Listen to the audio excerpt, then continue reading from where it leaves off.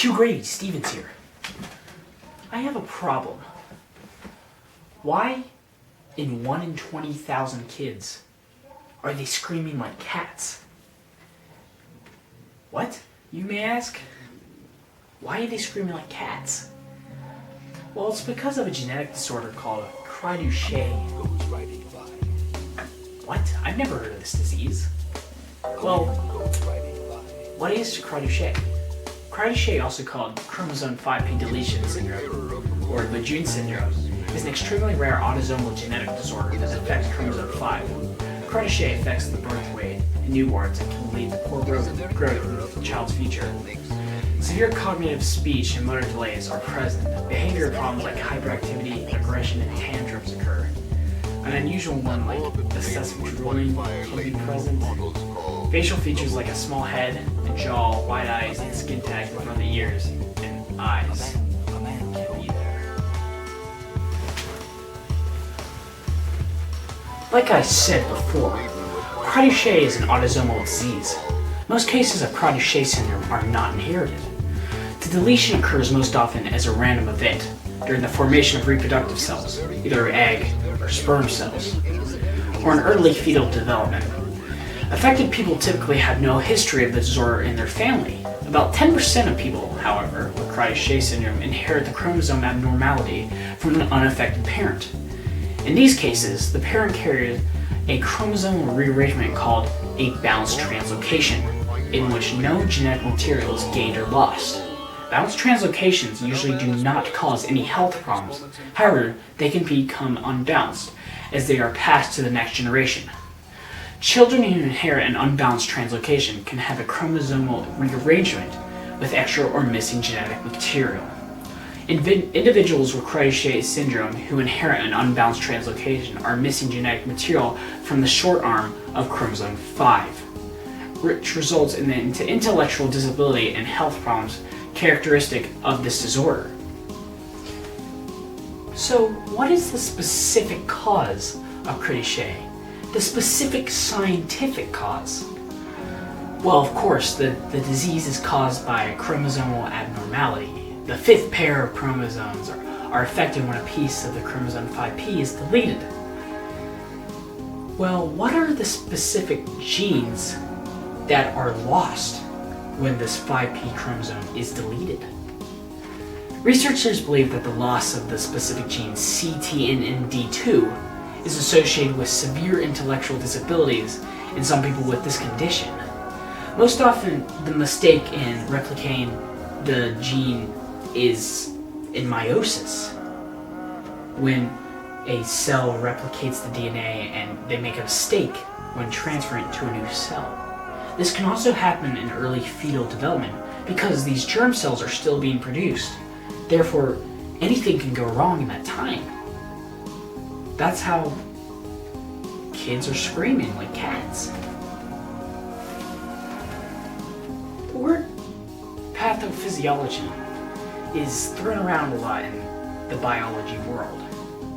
It's a mix of pathological, physiological.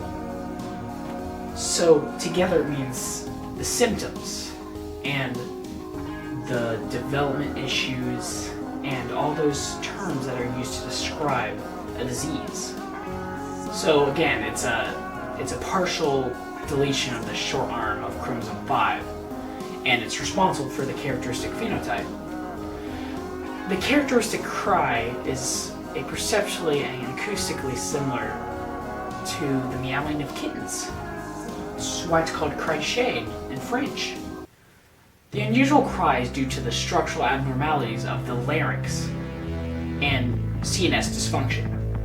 The laryngeal appearance may be normal and may exhibit marked anatomical abnormalities such as floppy epiglottis, small larynx, and asymmetrical vocal cords. However, the cause of the characteristic cry cannot be entirely ascribed to the larynx. A developmental field may connect the brain and the attached clivus region, right here, of the brain, with the laryngeal region from which the character cry derives. This area of the brain is probably deformed in patients with Cri-du-Chat. The characteristic cry, fortunately, can disappear over time as the infant gets older.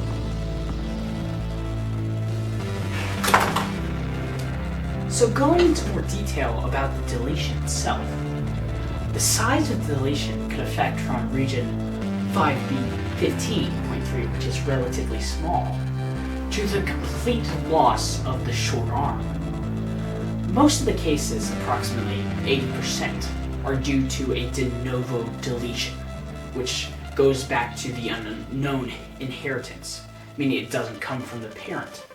But more than 10% of the cases are originated by a parental translocation, and less than 10% are associated with cytogenic rare aberrations. Genotype and phenotype studies in Cri-du-Chat led to the identification of two separate chromosomal regions. Hemizygosity, for which is associated with specific phenotypes. Very quickly going to hemizygosity. This means that only one copy of the chromosome is present. Therefore, hemizygosity means that one has been deleted. So, a deletion of 5p15.3 results in the manifestation of a cat-like cry, which is not a very big deal since it's only in infancy. Whereas a deletion of 5p15.2 results in the presentation of other major clinical features of the syndrome. Moreover, a region for speech delay in 5p15.3 has been identified. Fortunately, the typical lifespan for people with Cri-du-Chat is normal, just like anyone else's. However, a small number of children with this condition are born with serious organ defects and other life-threatening medical problems. These children may have a worse prognosis and may even die young into infancy. While there is no specific treatment available for Cri-du-Chat, early intervention is recommended in the areas of physical therapy, achieving physical and motor milestones such as sitting and standing up. Communication, speech therapy and sign language, behavior modifications for the hyperactivity and the short attention span and aggression, and learning special education in schools. Unfortunately, you cannot prevent this from affecting your children because it is absolutely random. Seeing that 1 in 20,000 between 50,000 have the disorder. Now, you can make a difference. Yes.